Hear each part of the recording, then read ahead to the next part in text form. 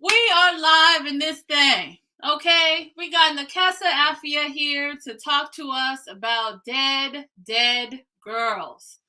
Welcome, chitlins, grandmas. We got sons. We got people in the back. We got lots of folks here, and I just want to say hey. I'm just saying hey really quickly to people. Just do that really quickly. And now, before we get started, I am going to introduce our wonderful author that we have here. Thank you, pulling out our books, as you should. Mine got water damage in Puerto Rico. I don't ask to be judged. I don't ask to be judged. We're going to continue living our lives. You said you were going to send me a signed copy, so I'm waiting for that. You know what I mean? Because mistakes were made, and we're just going to continue living our lives. Okay, now, moving forward, we got Nekesa here, and she's a Canadian millennial who is doing her best and living her best life. Amen. When she isn't writing, she is either sewing, swing dancing, or actively trying to pet every dog she sees. Something I cannot relate to because dogs are what? The devil. No, I'm just kidding. Pull it back. The Harlem Renaissance series is her debut series. We're starting off with Dead Girl, and then we're going next to Harlem Sunset. Okay? Harlem Sunset. Boom, boom. Twice.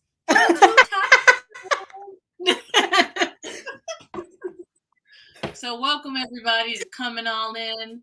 I see we got Alicia here, we got Erica here, we got Emma Ray here, Michelle here, Gina. Did I miss anybody? And that's it. So we're going to let Cache and Britt introduce themselves, and then Cache is going to start with her first question, and then Britt, and then Cache, and then Britt, and I'm going to referee and throw some things in. Cool beans? Hey everybody, I'm Cache. My channel is Shay with the Hobbies. I write short stories, poetry, and the occasional blog post. And I'm just super duper excited. So I saw Dead Girls in like a group reads like list of like mysteries coming out in like April or May. And then I was like, whoa, it's a lot of Black girls coming out with books in June with Black girls on the covers. So I was like, I'm ordering everybody's debut in June. And that's what I did because this cover is absolutely gorgeous. So yeah, so I'm like super duper excited for tonight. Hi, I'm Britt. My channel is Britt Writerly. It's a book and author tube where I talk about the intersections of literature and culture. Early career, fantasy writer, unagented. We taking them steps. So most of my questions are gonna be like on your craft process. So, and Shay, I don't know why she didn't say this. Shay is a mystery writer. So like, hello. I don't know why she didn't say that. She's amazing. I'll say it for her if she won't say it. She's a mystery thriller horror writer, and she just got her first publication. So she out there. So I'll be asking you mostly questions about crafts though. So just letting you know that I'm Britt. Hello. Hi everyone. Oh, sorry. And I'm so excited to be here. Yeah, okay. So yeah, I'm so excited to be here. Thank you so much for having me. Let's go. I'm so excited. Not to be nosy. How old are you? Do you care if I ask you that? Yeah, no, I'm 26. Okay. Woo! I was like, please be over 25, Lord. Because I like older people. That's why. I was like, I like older people. And 26 crew. Yes. We out here. Britt, you 26? I thought you were 22. I'm just kidding. I was like, do not do this to her right now. Do not do this to her right now. Thank you. Before we have Cache go on and ask our first question, this is going to be a lit live show. Claim it. It's been claimed, and we're doing it. Okay, so before we go, we are giving away 2 signed copies. Our girl is giving y'all 2 signed copies of her book, okay? So I'm going to need 2 of y'all to come up with a number between 1 and 20. That's how we'll do it, because I don't know any other way to do it. 1 through 20, y'all in the audience, y'all who watching, 1 through 20. Oh, damn, I'm glad you asked, because I was about to say asking for a friend, do co-host count, but you said for the audience, so never mind. I know. I'm getting one, though. Be jealous. Wow, that was high-key trifling. That's why I asked, because I was like, closed mouths don't get fed. So It's if I true. assume I can't do it instead of ask, I mean, but Bree said, meanwhile, I have a Lunchable, but y'all can't eat. Listen, she's already here. Ask her, doesn't she up in this show? And ask her. You giving us all 3? Or you? Yeah, why not? Okay. So then just add that I'm gonna give. If she gonna give me an autograph, then I'm gonna give away this copy. We just pass the books around. Y'all all just gonna get books. You get a book. You get a book.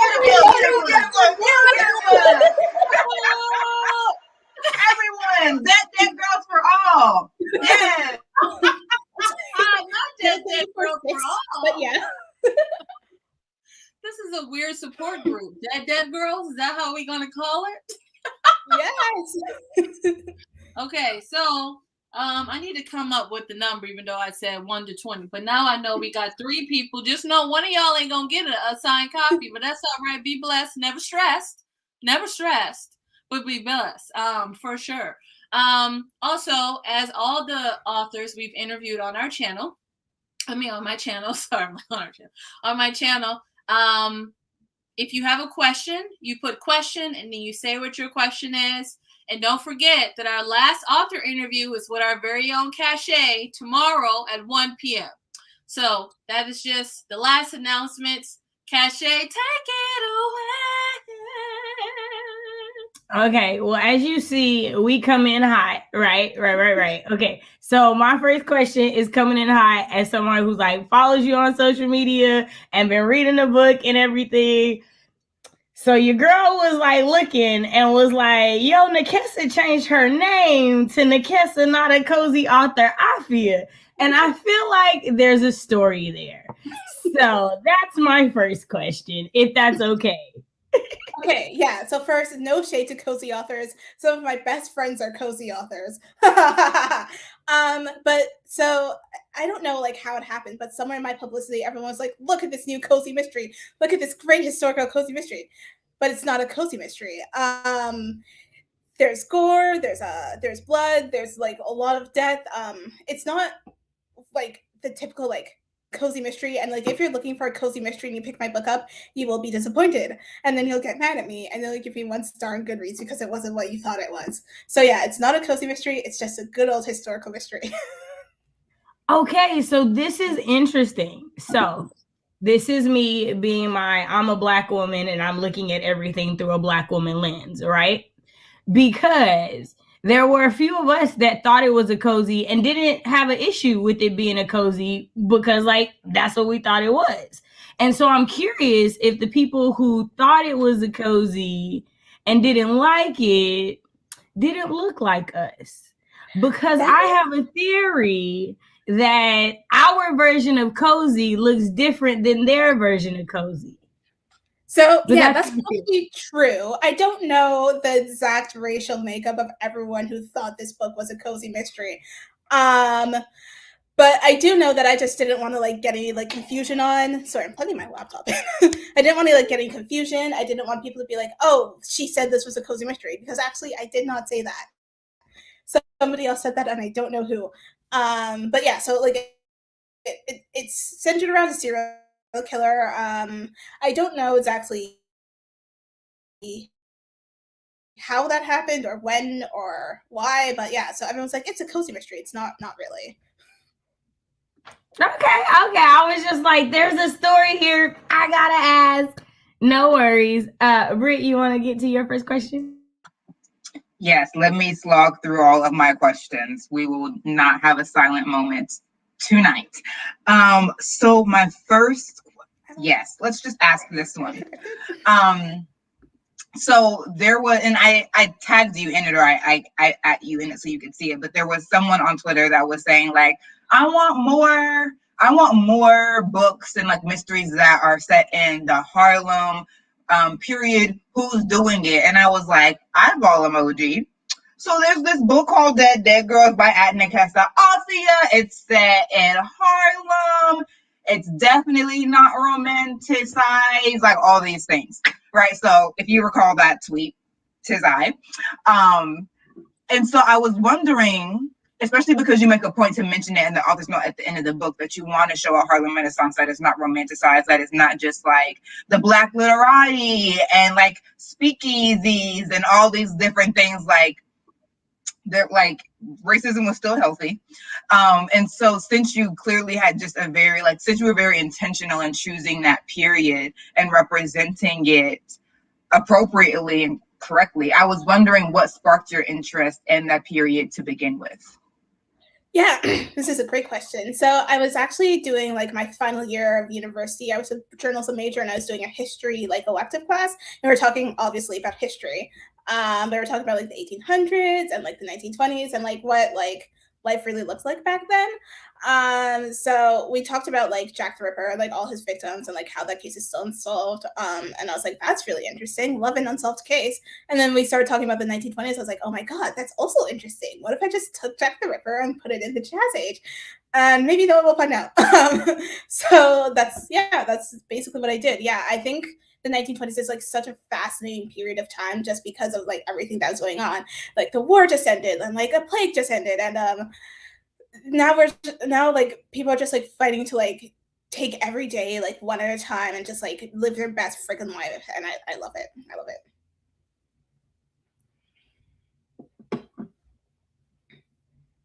I like it. I like it. I wasn't sure if Bree was like sliding in real quick, so I was like, "Wait, I was. See, I knew it. I know. I be knowing my code. I really be knowing. Professional slider is what they call me. Okay, no, I'm just kidding, but for real, I just wanted to just do a brief interruption and tell y'all the winners. So the winners for the signed copies are Gina Velez, and Pat Hamilton, and for Cachet's copy, it's Brandon Bookshelf. So DM me at Blackoweenathon, Blackathon, the Twitter, your addresses, and then I'll give them to Nekesa. And congratulations, y'all. Congratulations, friends. Yay. Okay, Cachet, I'm sorry. Okay, so as Brit in Brit-like fashion said, we are both, writers in our unagented period, hoping to go into the query trenches soon and whatnot. And so I always like to ask authors this question: what was a misconception or thought that you had about querying that you wish that now that you wish you would have had when you were like where we are now? Okay, so my query story was actually really like atypical.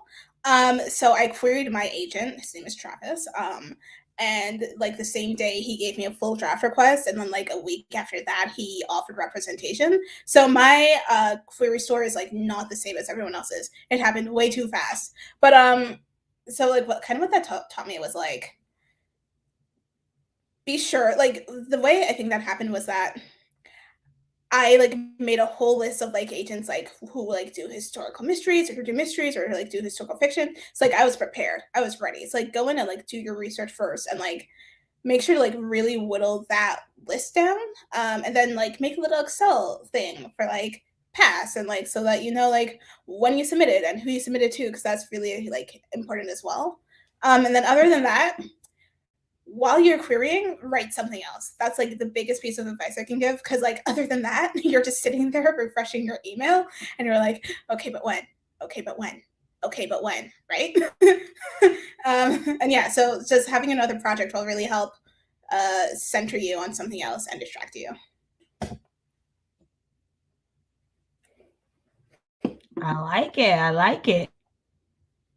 So bouncing off of Cachet's question and you saying that you had sort of an atypical querying experience, was this your first time in the query trenches, or did this manuscript just move quickly but you'd had others before that did not? Was this your first one?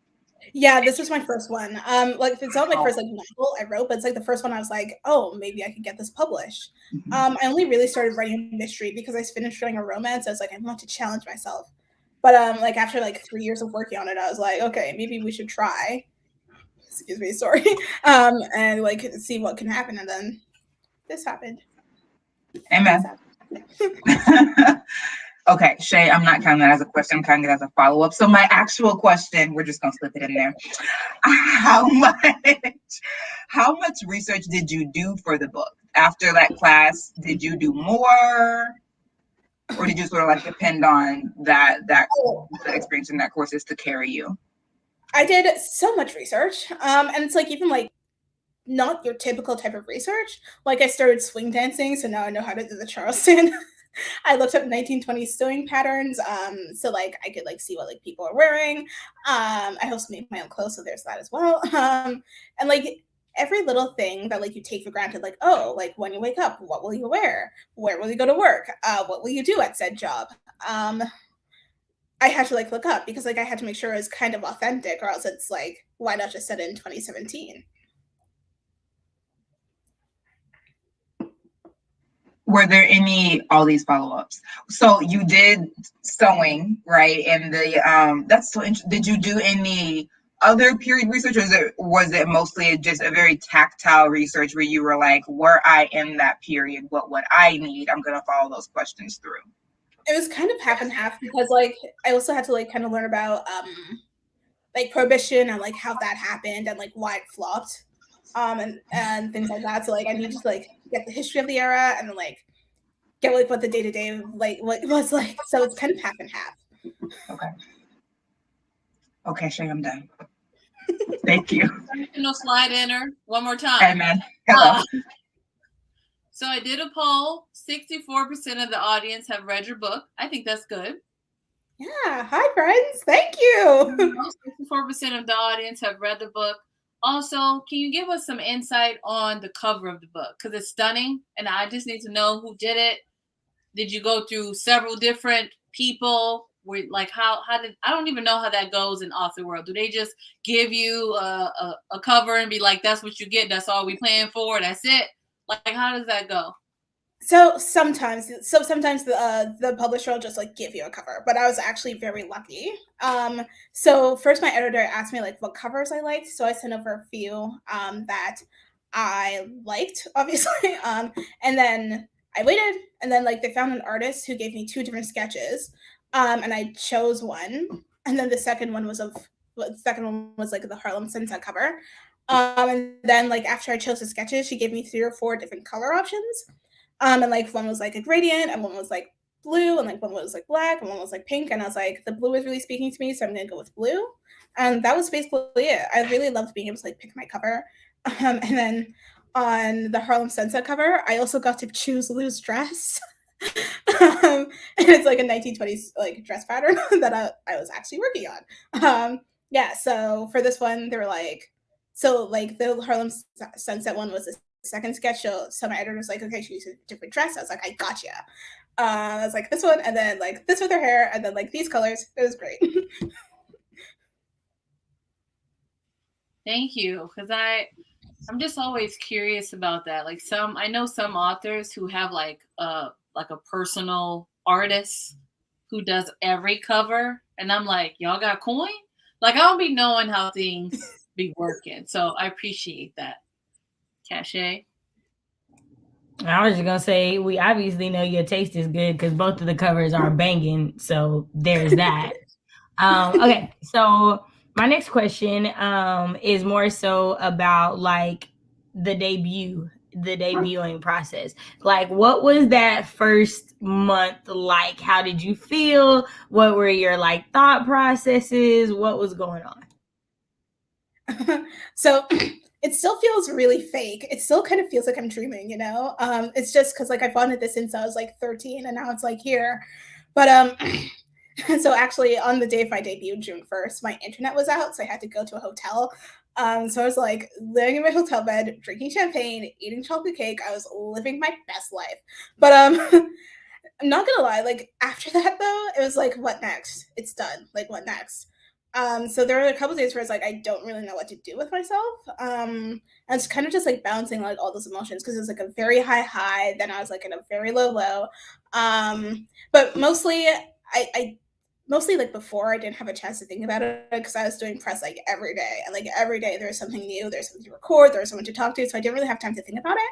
But then like when I was alone in my hotel room, I was lying in bed, I'm like, oh, I'm an author now. And then like the world doesn't change, like nothing else changes, just you have a book out. And then people are like, oh, I could write a book too. And then I go, oh really, can you? So yeah, it's just like a whole mess of emotions, and I wish I could describe it better. But some of them are very fun, and then some of them are a little sad sometimes. Am I right, or I swear? I think you described it perfectly, honestly, because like like in my head, I already was like it's a great moment and it's something to be proud of, but it's still like life is still gonna go on. And so for you to kind of like reiterate, like, yeah, like it's high, but there are gonna be like emotional lows in this, I just think is good, because sometimes people only highlight the positive of it and never like the negative, right? Like people highlight the positive of like winning the lottery, but like it's a lot of negative that comes with winning the lottery too. So I think you did a great job. Yeah, like, oh my God. Did you hear about the guy? Okay, his name is William Shakespeare, and he won the lottery, and some woman literally killed him to get his lottery winnings. And like, no, it wasn't like that much yeah, anyway, like so if people get giving it killed away. or commit suicide, like it's a real Yeah, thing. like, Like people who win the lottery are more likely to kill themselves than anybody else. Like it's crazy. That's why it's like when people say money don't buy you happiness, it's not a lie. And like, yeah, so like when you win the lottery, you can either like get like a lump sum or you get like some money every year. So like a lot of people just take the lump sum because it's easier. But then like everyone's just like asking for money and everything. It's a whole thing. Sorry, we're not here to talk about the lottery, but I do have My bad. I'm sorry. Bad analogy. Like good analogy, but like bad for the topic. We do tangents over here. They're welcome.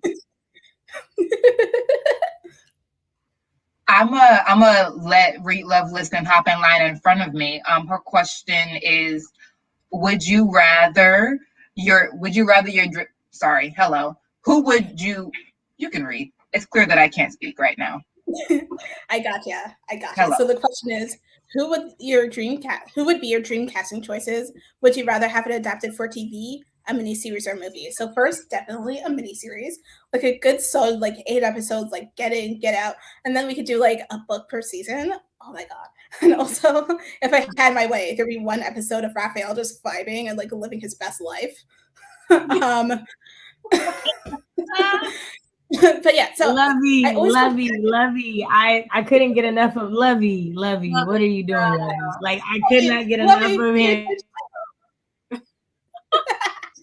Everyone loves him, and like everyone is like, write the spinoff. So there's that. But I always like go back and forth on like who I'd want to play Lou. Definitely we have to like go into like the Broadway thing, and also I love musicals. If you couldn't tell, I'm a theater kid, so I was thinking either Danae Benton, who started Natasha Pierre in The Great Comet 1812, or Christiane Pitts, who starred in King Kong. It's like someone who's like young, Black, beautiful, and can totally dance. I'm like, that's it. Like for Gilbert, I definitely. So okay, y'all watch Bridgerton because like I'm obsessed with Luke Thompson. I'm obsessed with him, and if he played Gilbert, my life would be set. I would be on set every day, being like, "Please fall in love with me. It's time for you to fall in love with me. I am in love with that man." But other than that, I'm like kind of Wait, is that the dude that you dedicated like the date to at the beginning of the book, or am I tripping? Okay. No, I was like, that line will forever be hilarious. Like, I'll be here and ready whenever you're ready. And I was like, if this ain't how you shoot your shot, if this ain't how you do it, I want this epic level of this is shooting my shot. My mom was like so disappointed. She's like, what about dedicating a book to your family? No, obviously, I have to dedicate my book to some Broadway guy I'm never gonna meet. Like, he just won a Tony, by the way. I'm so proud of him. But no, we still haven't hung out, which is so rude. It is. She's like, my bitch just won a Tony if you didn't know. Listen, Nekesa, here's my thing. I am here for books making way for those dreams that are a little farther away. The book can be the hook to bring it closer. That's me. I fully intend to finally become an actor by acting in one of my own movie adapted books. I'm gonna do it. So I don't see why you can't have a showmance with your boo. I mean, didn't I feel like Stan Lee was in every movie that was made about his stuff. Authors do it all the time. Stephanie Myers was there sitting in that cafe during Twilight, like, "Hey y'all, what's up? Thanks, Stan." Yeah, I mean it. Start off being the waitress, then you could be the mom, then you could be Hello. like, you just the little Hello, give me a chance. Give me a chance. So I'm saying I support you. Yes, thank you so much. So so if a TV show is ever made, please look for me because I will be there all the time. They will never get rid of me. Oh, this is my first time hearing that Stephanie Myers was in Twilight. Was I not? Yes. Right? Maybe I don't know. It was very quick. Like. Maybe I don't know what she looked like. That's what it is. Wahite woman with long brown hair. I definitely don't know what she looked like. She looks like every white woman with long brown hair, though. Right, and I'm not watching it again just to see her. So like, no, it was a cameo. It was a cameo. It's the way that like the guy who created Marvel does like little, like little cameos in all the Marvel movies. Like, it wasn't big. You didn't really see her face. She was like literally. Bella walks in with her dad. And they walk past, and she's sitting there with her back pretty much to the camera. And then you sort of see her profile, and she's like, "Thanks, Sean," or whatever. And then she leaves. So it's not big. Now, were it me, I'm gonna need a good old 3 minutes to let you see that give me time. Let me live. The writer of Pretty Little Liars was definitely in the TV show. Oh my God! Titan is always an appearance, and then he's gone. He's always gonna come and be seen. That is always Titan. Like, let me remind y'all I'm cute, and then I'm gone. Like that. And I'm here, and then I'm just gonna leave. He just wants to be seen. But yes, so the writer of Pretty Little Liars like played like a substitute teacher in like maybe season 1 or season 2. Like I could do that, but like not as a substitute teacher, obviously. Maybe like a backup. I watched a lot of Pretty Little Lies. I didn't know this. I didn't either, but I also don't know what she looked like. So I'll be honest. If you're not a Black author, I don't know what you look like. That's just the truth. If you're not a Black author, I don't know what you look like. Like, I only know what James Patterson, Dave Balducci, and Dan Brown look like because I took their master classes. I couldn't have told you what they looked like before then. So there's that.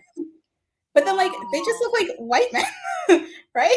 Like, I'm trying to be, like, a little stylish here, like, so people, like, know who I am.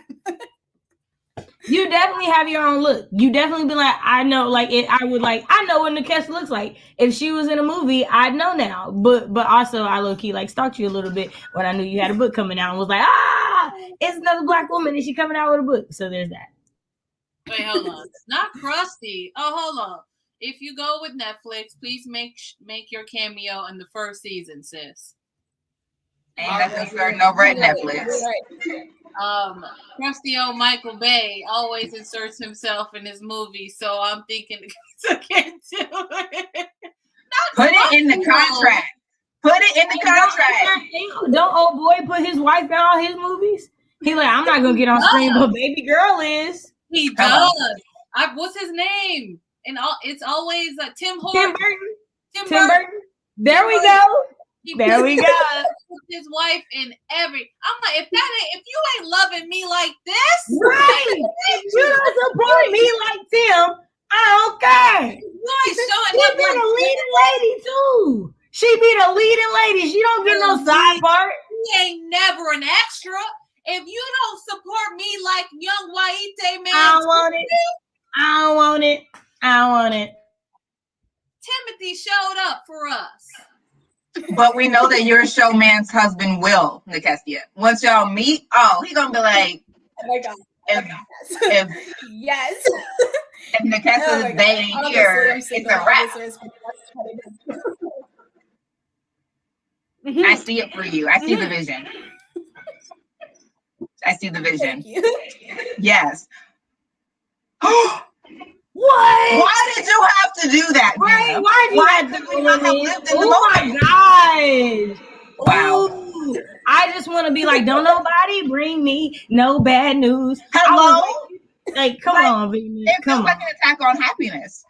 And that's just my take on it. That's just me. Wow. On that note, since we don't want to bring us back to reality, I mean, that doesn't affect Vina and her show, man. You're muted. You were saying something, Bree, but you were completely muted, love. Oh, I was like, it's feeling like a hate crime. But anyway. Yeah. It seems like you're trying to steal Black joy to me. That's what I heard. Divorce? Vina. But word on the street, he trash. Oh, well, I mean, well. We can talk maybe we're not trying to be like Tim Burton and her. All I'm saying is he made it look good for the rest of us. We thought he loved it. We didn't know. Thought I got it. Quiet as it kept, he was acting too. I don't know.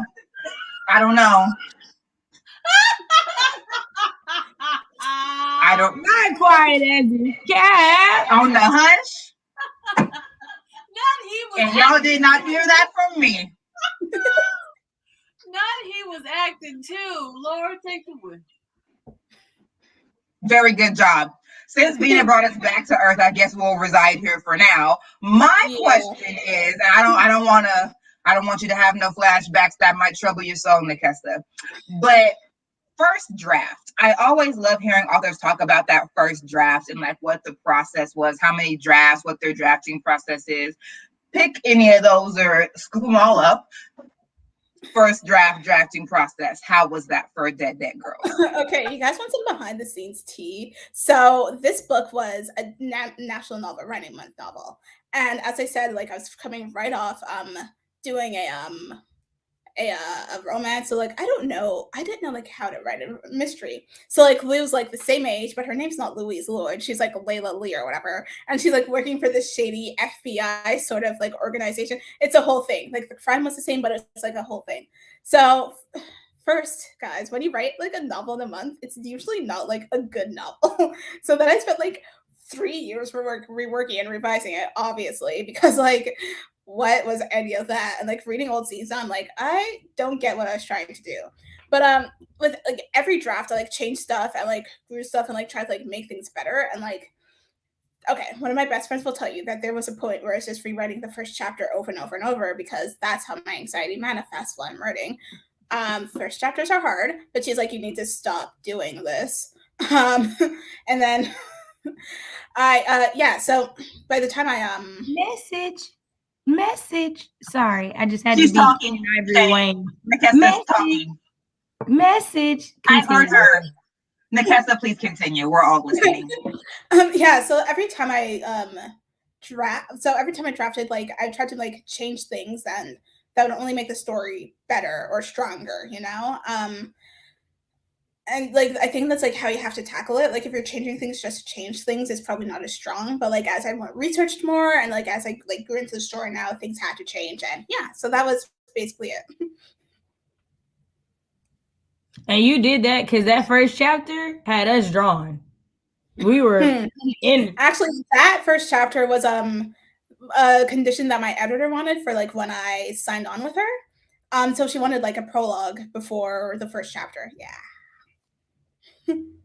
Okay, so I definitely meant the first chapter. The prologue was really good. Like I was definitely in on the prologue, but like the first chapter still like really did get me. Like I was like from the beginning of the book, I was drawn in. You did a great job for sure. Yeah, I love that chapter. I love just like picturing them like just dancing on the dead. Oh my god, yes. Oh my god. I'm coming in heavy with a mental health question. You can definitely say, hell no, we won't go. I ain't answering it. I just want to put that out. So as reading, I'm like, wow, she got a lot of siblings. You know what I mean? Like she has a lot of people underneath her, you know, being big sister and all. And I'm wondering if you have this amount of siblings, and also like, do you know someone, or you have that personal relationship between the main character and her father? No. Oh, so actually me and my dad's relationship is actually really good. So like that's not like a whole just some dads are bad, you know? I also don't have that many siblings. I only have 2. I have an older brother and an older sister. no matter what they tell you, I'm the coolest sibling. And yeah, so like we are really close, but like we're kind of like different. Like my brother's 12 years older than I am, so like we didn't really like, get that much time like when I was a kid because he was already 12 years old, and then by the time I was like 5, he was moving out of the house to go to university. But yeah, so like we're close. Like we try to like catch up when we can. I have to text my sister. Like I haven't talked to her in a while. And yeah, so I did try to like inform like my like sibling relationships, like with her sibling relationships, especially like with the twins, where Louise is like, "I'm also your mother. Please listen to me." Thank you, because I have a lot of siblings, and I was like, I'm feeling a little attacked. Wait, how many do you have? I have 6. Do I have 6 sisters? 6 or 7 sisters and a brother. Wow, that's a lot. Yeah. You're right. Yeah. And I have 5 brothers and a sister. And so like as I was like listening to the story, I was like, and in the house I grew up with, I was the oldest of 5 because like all my brothers except for one are older than me. So while I was reading it, I definitely was like, you know, this is definitely pretty good older sister vibes here. Like it definitely is like I gotta protect any and everybody. And like, yeah, I will say that I feel like she definitely cared more about like her freedom and her life before I did as an older sibling. Like she definitely at like 25, 26 had it. And I'm like, you know, I'm 30 and I just got there, 30. I was finally like, y'all over there by yourselves. We are all grown now. And so like, I kind of like, I appreciated that.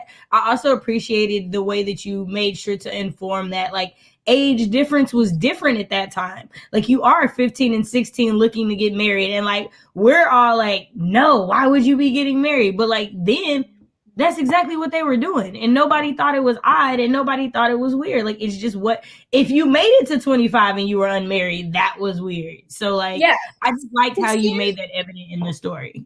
Yeah, 16 is pushing it a little, like it's a little on the young side, but she was turning 17 and she's like, when you're 16 and you think you totally have the whole world sorted out, you're totally in love and you're like, I'm gonna marry this boy.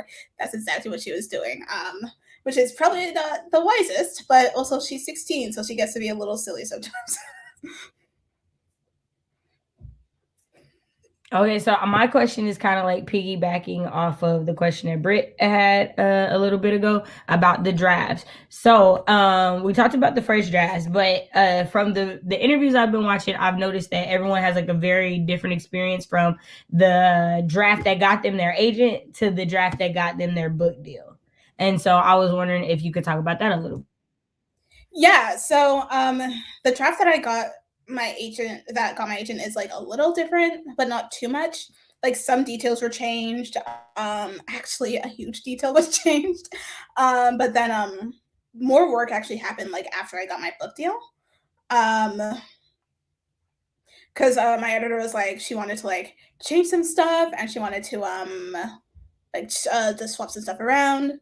And yeah, so the like agent draft didn't change that much, but like the editor draft changed a lot more. Was there anything that you had to cut that you felt uncomfortable with cutting? Sorry, I'm drinking a Coke and apparently it's making me burp. So there's one scene that like up until I was doing like my copy edits, I didn't know if it were cut, but like there's this scene where like Lou and Raphael just start dancing in the street and it's like my favorite scene of all time. And then I was reading my copy edits, so it's like, it was cut out. I can't believe I did that to myself. So yeah, so that's my favorite scene. It's like not even in there. But other than that, I'm pretty happy with it. I haven't read it back because I know there's things I would change.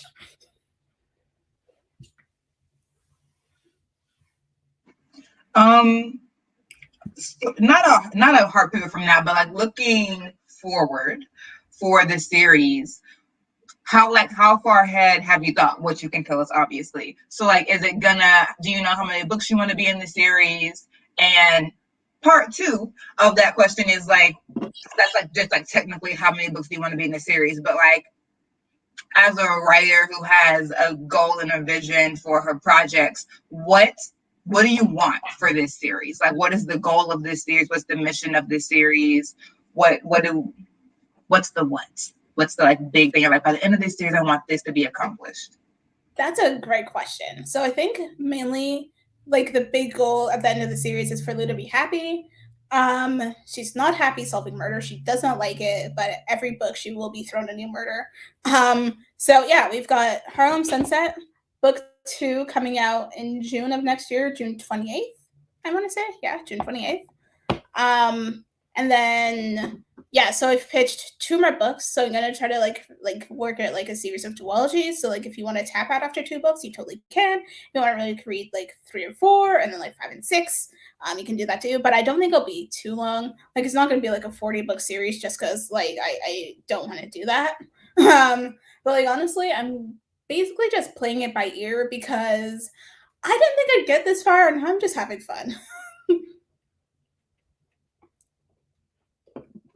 Completely fair. Can I jump in a question? Okay. I'm like, me. What was your favorite part about writing Dead Girls? And why Dead Girls, the title?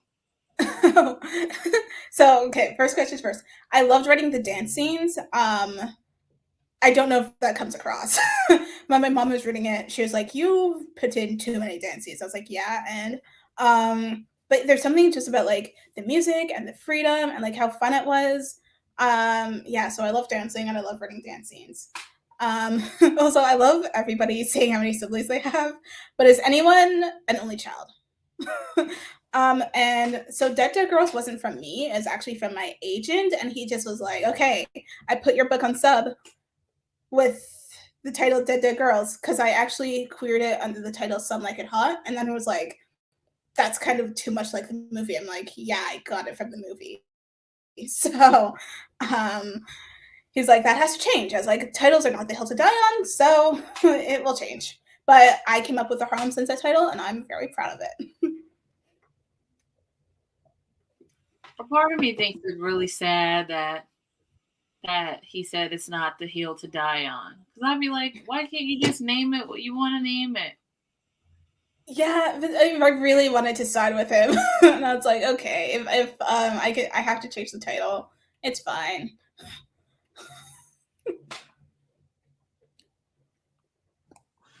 Okay, sorry, the dogs were barking. That's why I was like waiting. I was waiting for them to calm down. Somebody How many walked are there? I have 2. The Cleo and Titan. So Cleo is a German Shepherd and Rottweiler mix, and Titan is a Pit Bull and Husky mix. So that's my doggies. He's a Husky mix? That explains it all. Yeah, no, that's why he be like singing and always got to answer back. And man, they are chatty. They're like, I will have the last word. Me. Yeah. No, one day I'm like gonna record like Titan like answering back so y'all can hear, because like he literally be like, "No, I'm gonna argue with you, boy. Hush." But whatever. Dang it. Now the question is slipping. I'm sorry. Britt, ask your question, and then when I'd like tag team in after, because I forgot it. I kind of forgot my question too. I'm not even gonna hold you. So what dogs? Here's the thing, Nekesa. Dogs also have my heart. So whenever it's dogs, I'm like dogs, and it's kind of like when a dog sees a squirrel and everything that was happening before no longer is happening. That's me with dogs. So it's just really unfortunate that that's the truth of my life. Same though. Okay, wait, but I have a question for you guys. Did you guys like? Well, I am assuming you like the book, but like, who was your favorite character? Did you guys like Raphael like everyone else? For sure. Yeah, definitely Afia. What'd you say? I remember my question. Go on. My favorite. What were you saying? It was the detective because he was the serial killer. I tend to like the killers. I am who I am. Spoiler alert. Spoiler. Oh, my bad. As the person who wouldn't join in on any conversation because they didn't want to get spoiled, legit just spoiled the entire book in one sentence. Wow. Amazing. And then no one would have known. How You you said not the know? killer. You legit said it was the killer. Wow, I'm so sorry, listeners. I can't show my face anymore. I'm embarrassed. I'm gonna head out. It was nice meeting you. Wow. We love you, Bree. We do love you. Okay, Yo, you remember the question because I still have it. yes. Wow. Bree, take 10. Just take it in. We all still love you. Come back when you're ready. So I was wondering about this. Okay, relive, listen, miss. Everyone didn't hear it, Bree. Some people missed it. So how did you come up with the premise of the detective sort of like, I wouldn't call it blackmail, but he definitely held her up. Like, he called her up in order to have her be their sort of inside man and help them solve the case. How did you come up with that manner of like forcing her into solving them? And is that something, did that happen? Are you like, that's how Diaz used to go in the Harlem Renaissance? Like, is that some historical tea? That's not. So it's actually like a pretty like common trope. But okay, also Okay. I realize it is pretty unrealistic, and like my whole book hinges on that. So if somebody is like, a white man would never get a black girl to do his job, then like this whole book is unrealistic, and then they DNF it. I don't read my reviews, by the way, not at all, never once. I feel like that's just corporate America, though. So also, whoever is saying that, yeah, right. But like also, I wanted to get Louise like into the case, but like she wouldn't do it on her own volition, and she wouldn't do it because she wants to. Like, she had to be forced into it, or it's like it's not gonna happen. And then like with her doing the thing she did to like land in jail, which is pretty iconic, by the way. And then like him being like, okay, like this is like who I have now, and like she can do this. But like if she like probably just gone to jail for like what she did instead of like taking the case, and like she had to take the case or else she'd like go to jail, and that's so bad.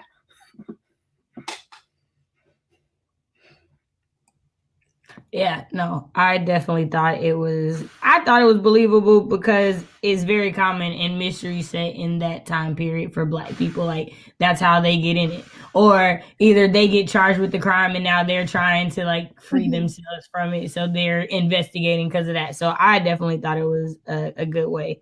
It's believable to me. I don't want to go to prison after I done slapped this man. So, you know, I ain't sorry. Although I appreciate the slap. I did. Low key, I was mad that they were even on speaking terms at the end of the book. I was like, you still deserve to be in the dog. I was like, I blacked out and missed a lot. I had to. Sorry, yeah, men in this book are like the worst, except for Raphael. I love you, sweetie. But yeah, so like basically all the men in this book are just awful. And like, that's not to say that I hate men. That's just like men were trash and they need to know. Yeah. Okay, so I remember my question. So I am currently working on a mystery, a couple of them. And, you know, your girl tried to pants it at first because she's a discovery writer and that's what, you know, she thought she should do. And then I became a believer that you cannot draft a really good mystery or thriller without an outline. And I'm curious your thoughts. Yeah, I think that's true. How much you plan is like up to you, like as a writer, but like I always need to make sure that like I know the basics, like the who, the what, the why, the when, and the where, and the how.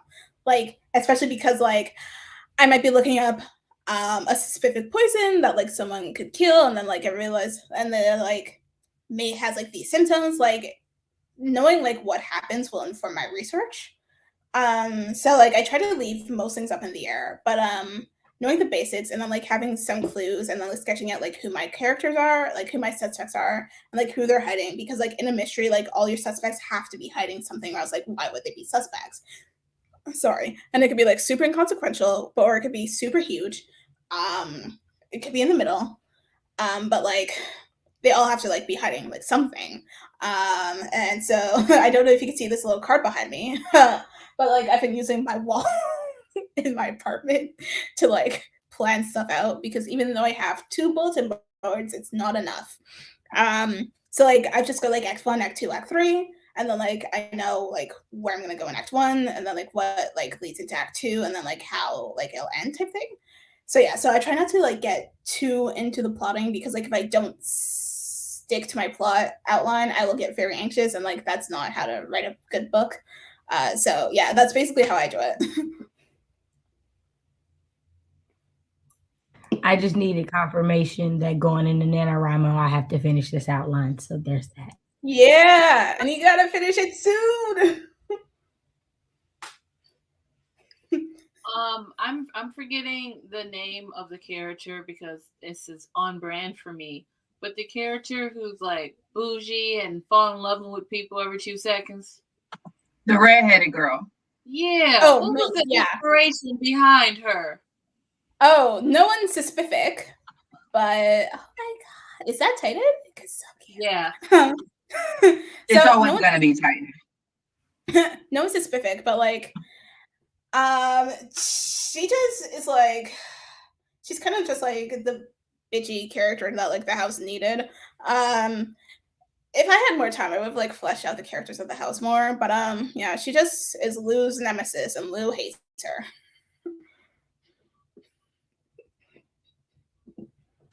I was happy that she got slapped also. Lou loves to smack people. Like she's like fist up first. I also grew up in the run up, get done up house. So hello. I'm like, you talking a lot, ma'am. Can you back it up? Not right? Not on site.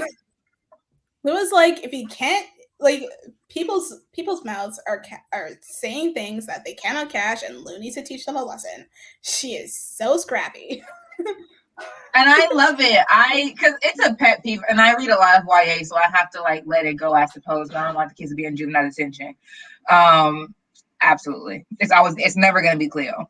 But I hate sometimes how, and like Lou had to hold her tongue sometimes too, and that was really hard for me to listen to it. I listened to the audio, but I really just be hating listening to stories where the protagonist is getting talked down to for the majority of from start to finish. As Brie would say, you understands me? Like from start to finish, being talked to like the lid of a hot garbage can, and they just be taking it on the chin. But Lou was like, number one, you can get this pin to your whole jugular. Number two, I said you're not going to arrest her, so I'm gonna have to 2-piece you real quick. Run! And number three, maybe I'm in a mood. I'm not here for it right now, so I'm gonna have to you. And then I'm gonna head on out, and you can stay here for dessert if your mouth can still open. So I was here for the moments where she was like, I'm not the one. I would even have loved more. And like I was scared of her being seen as like the angry black girl type thing, but like sometimes she's angry, and like she has a right to be. And like people, men specifically, have been trying to control her for her entire life. Wouldn't you be a little angry too? Like, man, some people just deserve to get smacked, you know? I got a lot of people on my smack list. You know, I mean, y'all know I believe on site means on site. So like there's that. Means on site. So yeah, so everyone take a page from Lou, and if someone's making you mad, just smack them as hard as you can. Don't do that. Okay, so while I am not seconding this piece of advice, I will say that if more people got hit in their mouth, they'd act a little differently. I'm just saying. Some people, you tell them the stove is hot and they listen. Other people got to touch it and find out. Some people just need to find out. Right? And Lou's like, Lou will help you find out if she needs to. Lou said, I am a whole detective. I will help you find out. And I'm here for it. And I hope for more slaps to come. I'm not putting this on you in the catch. And she's like doing it for like too. She's like, I would say, as a TikTok philosopher once said, I vibrate heavy on the frequency of F around and find out. Yes. Yes. We Always love to so see it. Lou. We love to see it. So for Smack It Up Club, we meet on Tuesdays to discuss who's on the list. Let's bring your own beer. Club dues are due on the 1st and or 15th. Please be prepared. Have your money on time, or a Titan will be sent after you, and that's just on period. All dues get put into the group bail fund so that we are able to help you in case it is needed. One for all and all for one around these parts. So true. So true. Do you have any dogs? No, I don't. I really, really want one. But like my apartment's so small that like it feels cruel to put like any living animal in here, including me. It is like so small. And like I feel like if I had a yard, I'd be like, yeah, let's go like let the dog run around the yard. But no, I live on the 5th floor. I'd have to like take the elevator down and like go out to the courtyard. It's a whole thing. But one day I will have a dog.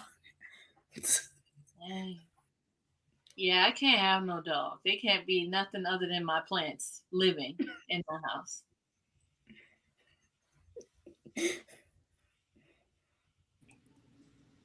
Okay, so my last question, I guess, is what would you like if you got the last like few minutes to tell us what would you want us as your readers, us as future writers, us as Black women, us as Black people, what you want us to know, Nekesa? Let us know. Double tap on that. That's also my last question. Oh, that's you. Okay, so I want you guys to like always like keep your eye on the ball. Keep your eyes on like what you want to focus on and like do that. Always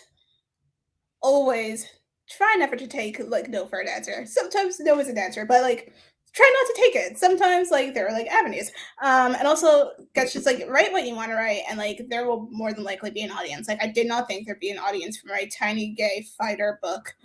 But there was, and now there's going to be a second, and it's absolutely everything. And also support your family, and by family I mean Black women. Cup drop. I'm not going to drop it. Don't drop it. Don't drop it.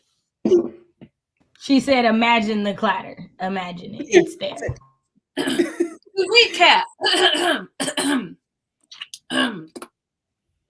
To recap, keep your eye on the ball and try not to take no for an answer. Sometimes no may be an answer, but don't take it. Support your family. By family, she means Black women. Write what you want to write, and there will likely be an audience for those written words. That is Bookalations 15 and 3. And you know when Black women speak around here, we listen. Can I get an amen? Amen. Yes. Yes, doing it. Do the audience have any final questions for us as we wrap up? Also, supporting, how do you want us to support you? That's a question that I constantly ask. Like, what do you need to support? I guess you can follow me on Twitter and Instagram at Nekesa Afia. If you haven't bought Dead Girls, please do. That's a great way to support not only me, but bookstores. Try to like buy from your local indies if possible. And yeah, that's basically it. And also click that want to read on the Goodreads. That helps. On Storygraph. And I put her information in the description box. So don't be acting like you don't know where to find it. Oh, okay, yes. For Harlem Sunset, yes. It's right there, friends. Also, I'm credit set for Harlem Sunset. I'm going to get it. Yes. Yes. The libraries are so fundamental. Yes. Yes. Britt, you had a question? I'm sorry. No, I was just saying, I think there's a little bit of a delay. I had just said also requested at your libraries because I know everybody coin ain't always coining, but spend their coin. Libraries get paid to purchase books. So have them purchase Nekesa's book and then you check it out because all of that factors in. The more demand there's at the library, the more copies they buy. So demand they purchase it and then check that joker out. Because that's entirely an audio book. That's exactly how I listen Yes, to there's an audiobook, and I That's got me. to choose an editor, and her name is Shayna, and she's amazing, and I love her. Yes. Yes. I do have some favorite audiobookers. I just found out my girl Robin Miles is doing another book that I'm excited to come out. So I do love a good audiobook. So when is the audiobook coming out? The audiobook is already out for Dead Girls. Oh no, for Harlem Sunset. Oh, Sorry. when the book is released next June. Okay. Yeah. And Okay, there's a large print of Dead Girls, which I always forget, but it's coming out on the 10th. So if you want a large print copy, November 10th. Are you ever going to get hardback? Look at me, still asking questions. The large print is going to be in hardback, so I'm like very excited about that. I mean, I'm 80% sure. I'm not too sure about what. One day my editor just emailed me, and she's like, "Oh, Dead Girls is going to be in large print." I went, "Great," and had no other questions. But I have so many questions. Yes, I think the large print is going to be in hardback. I'm quite excited for it. I'm excited to like send some copies to my parents with a note being like, "For your old eyes," and then they're going to call me and be like, "Wow, not old eyes." Yeah, it's because they're old. They've got old eyes. They need big things.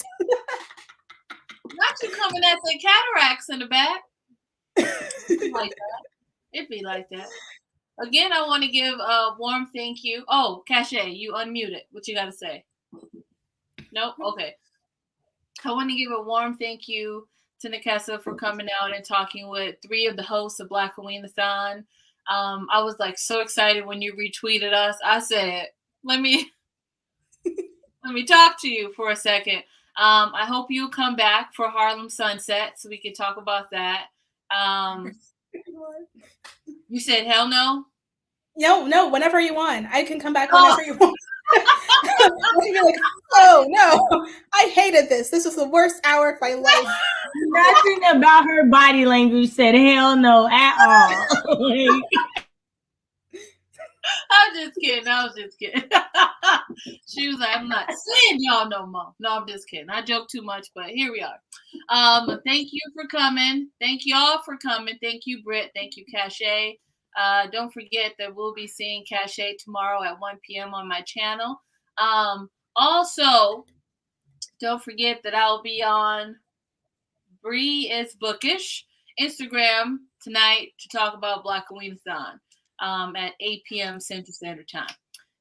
Do you have any parting words? No, just thank you so much for coming, friends. I'm so glad that you came, and I'm so glad that you guys probably read and liked my book. And I'm just staggered every time at people who like my book and like Lou. So thank you so much. I am just, I also should have told you in the beginning, but I just forgot. So I primarily read mystery, thrillers, and horrors. So I'm really excited. And I try to read mostly Black people because it needs no explanation. Period. I've enjoyed your book. After this, I'm going to go to Goodreads. I wanted to do our interview so I can put the link in my Goodreads review because that's what I do. Anyhow, y'all should do that too. I'm just saying. Just saying. Okay, so again, thank you. And thank you for talking to us in Canada. There is a delay. I'm not sure what the delay is. Everybody else, have y'all seen the delay? No?